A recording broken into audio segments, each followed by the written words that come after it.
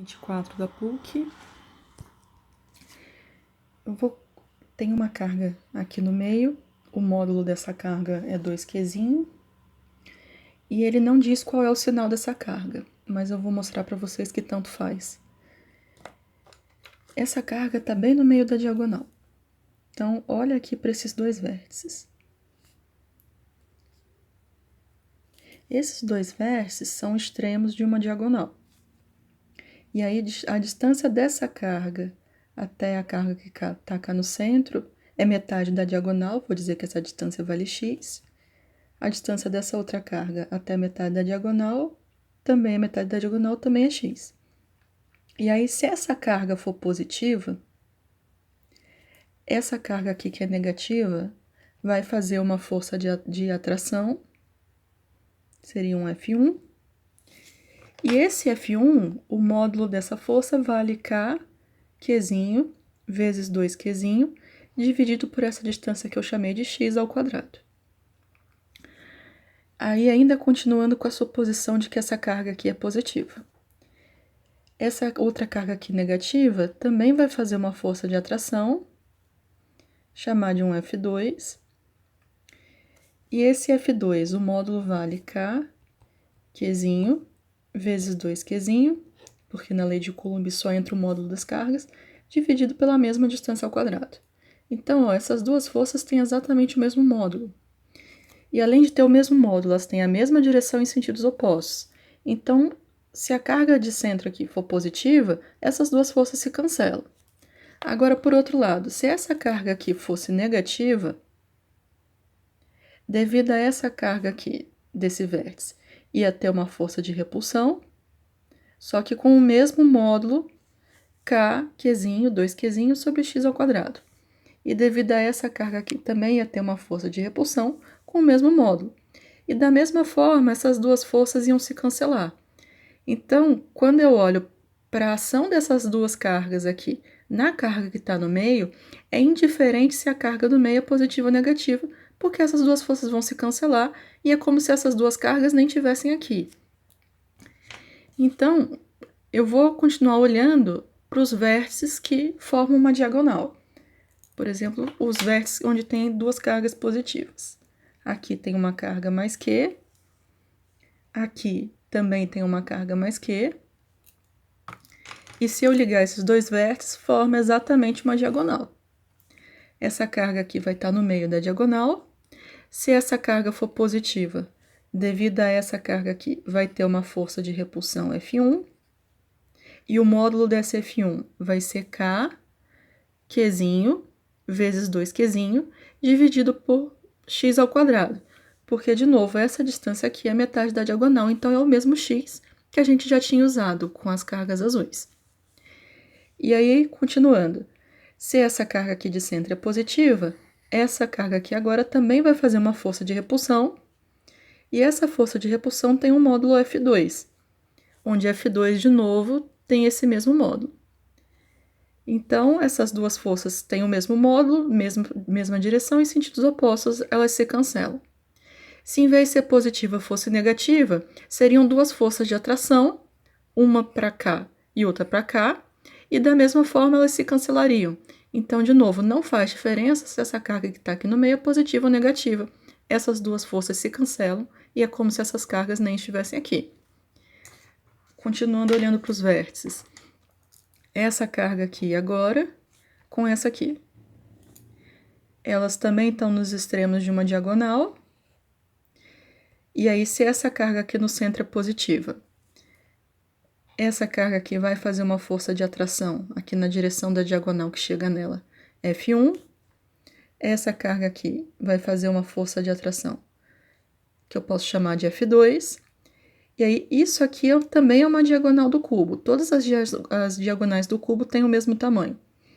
E aí, daqui até aqui é metade da diagonal, então é a mesma distância que eu chamei de x. E daqui até aqui também é metade da diagonal. Então, de novo, as forças vão ter o mesmo módulo, a mesma direção em sentidos opostos, essas duas forças vão se cancelar, e é como se essas duas cargas nem tivessem aqui. Então, o que sobrou? Sobrou essa carga aqui, que vale menos Q, e essa carga aqui, que vale mais Q. Vocês viram que as forças que se cancelaram eram com cargas nos extremos de mesmo sinal. Essas duas cargas aqui, agora elas não têm o mesmo sinal. Então, eu vou observar aqui separado para poder ver de forma organizada o que está acontecendo. Essa carga aqui é negativa, vale menos que. Essa carga aqui é positiva, vale mais que. Tá aqui uma diagonal do cubo, tá aqui o meio da diagonal, aqui no meio tem a carguinha de módulo 2Q. E aí, se essa carga for positiva, vai ter aqui uma força de atração, chamar de um F1. E mais uma vez, o módulo dessa F1 vai ser Kzinho vezes 2Qzinho sobre x ao quadrado. E devido a essa carga positiva, vai ter uma força de repulsão para lá, chamar de uma F2. E o módulo dessa F2 também é o mesmo que a gente usou até agora. Então, o que aconteceu? Se essa carga aqui no centro for positiva, tem duas forças na mesma direção e mesmo sentido se somando. Por outro lado, se essa carga fosse negativa, devido a essa carga negativa ia ter uma força de repulsão para cá, devido a essa carga positiva ia ter uma força de atração para cá, e de novo as duas forças estariam se somando. Então, para efeito de módulo, é indiferente se essa carga aqui no meio é positiva ou negativa. Para fins de módulo, vai dar o mesmo resultado, porque as duas forças, devido a essa carga e essa carga, vão se somar, e elas continuam tendo o mesmo módulo, porque são os mesmos módulos de carga e a mesma distância entre elas. Então, agora, vamos fazer essa soma. A força resultante vai ser, em módulo, F1 mais F2, já que elas têm a mesma direção e sentido. Então, a força resultante vai ser...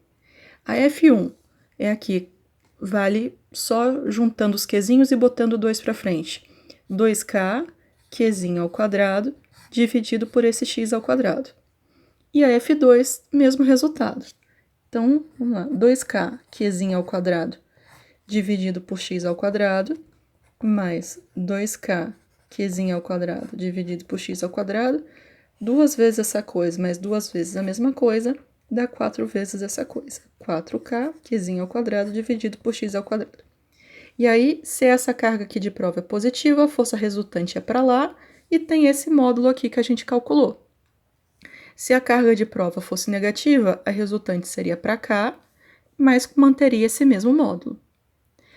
Só que vocês vão ver na alternativa que não tem nenhum x. Esse x eu inventei. Então, agora eu preciso descobrir quem é esse x. Eu falei que x era metade da diagonal do cubo. Então, eu preciso descobrir quanto vale essa diagonal do cubo para descobrir quanto vale meu x. Então, tá aqui a diagonal do cubo, chamar de D. Isso aqui é o lado do cubo, que o exercício chamou de L. E esse triângulo aqui que eu estou riscando agora é um triângulo retângulo, porque essa aresta é perpendicular a esse plano aqui da base. Isso aqui que eu risquei é a diagonal do quadrado. Imagina L aqui, 90 graus porque é um quadrado. Diagonal do quadrado, quem não lembra faz Pitágoras, é L raiz de 2. E agora, fazendo Pitágoras nesse triângulo aqui, eu tenho que D ao quadrado mais L ao quadrado mais L raiz de 2 ao quadrado, D ao quadrado é igual, tá na hipotenusa, é igual L ao quadrado mais L raiz de 2 ao quadrado. Então, D ao quadrado vai ser L ao quadrado mais 2L ao quadrado. D ao quadrado é igual a 3L ao quadrado. Então, essa diagonal do cubo vale L raiz de 3, né? Tirei raiz dos dois lados. Quem sabe decorado que a diagonal é L raiz de 3 não precisa fazer isso. Quem não lembra, calcula, faz Pitágoras de novo. Tudo bem? Então, agora, essa é a diagonal. Eu preciso do x.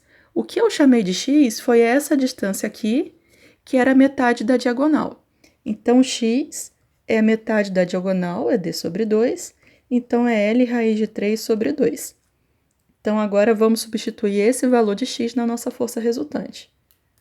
Força resultante é 4K Qzinho ao quadrado, que a gente tinha calculado aqui, dividido por x ao quadrado.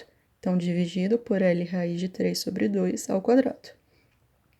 Isso vai dar 4K Q quadrado Agora esse quadrado. L ao quadrado, raiz de 3 ao quadrado é 3, 2 ao quadrado é 4.